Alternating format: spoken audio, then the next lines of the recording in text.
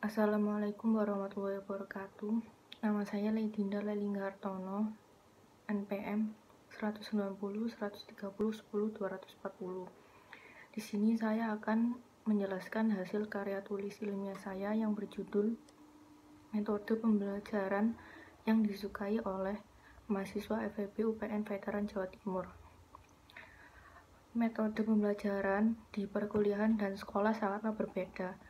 Dulu, kalau di sekolah itu Bapak dan Ibu guru yang menjelaskan materi, tetapi kalau di perkuliahan itu ada beberapa dosen yang mewajibkan untuk mahasiswa-mahasiswinya yang mempresentasikan materi pembelajaran. Di dalam karya tulis ilmiah yang saya tulis ini terdapat dua metode pembelajaran. Yang pertama, dosen melakukan presentasi materi.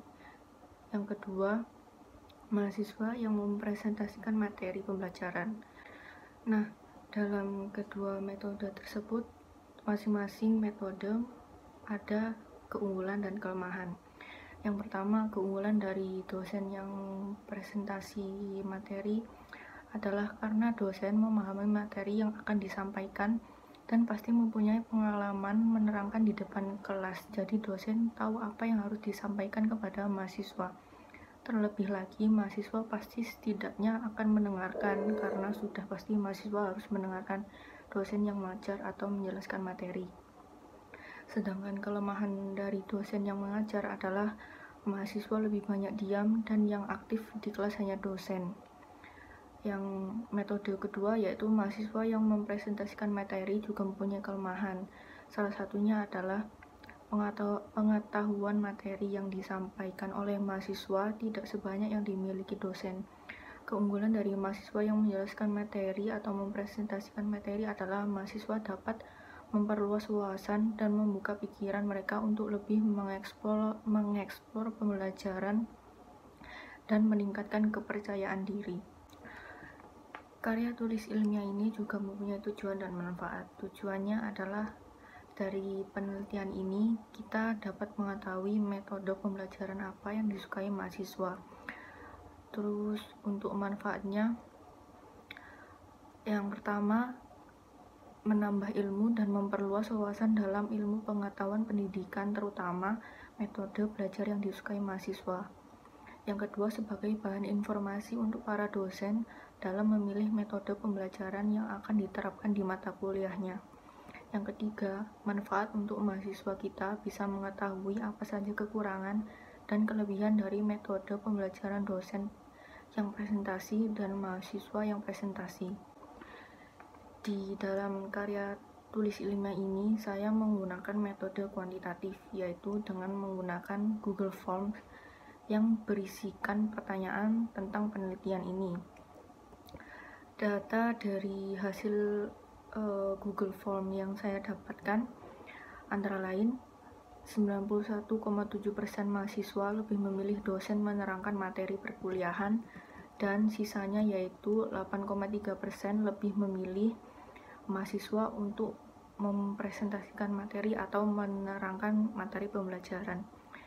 Dengan data ini dapat diartikan bahwa lebih banyak mahasiswa yang memilih metode pembelajaran dengan dosen yang menerangkan materi pembelajaran daripada mahasiswa yang mempresentasikan materi.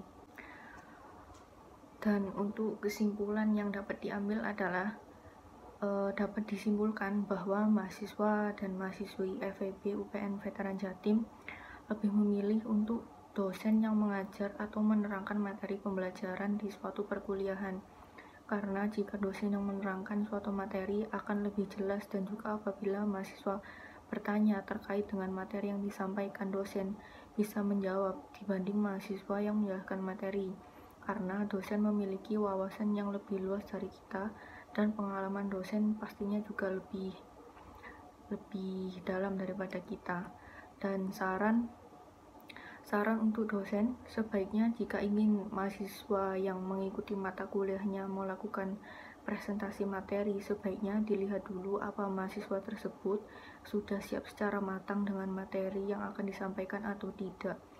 Yang kedua, untuk mahasiswa yang melakukan presentasi materi, seharusnya mempersiapkan materi dengan matang dan mempelajari materi tersebut. Antisipasi apabila ada pertanyaan dari teman-teman akan bisa langsung dijawab tanpa harus menunggu lama. Dan juga kalau ada yang tidak paham dengan materi yang akan dipresentasikan, bisa langsung bertanya dengan dosen yang mengajar mata kuliah tersebut. Sekian dari saya, apabila ada salah kata mohon maaf. Wassalamualaikum warahmatullahi wabarakatuh.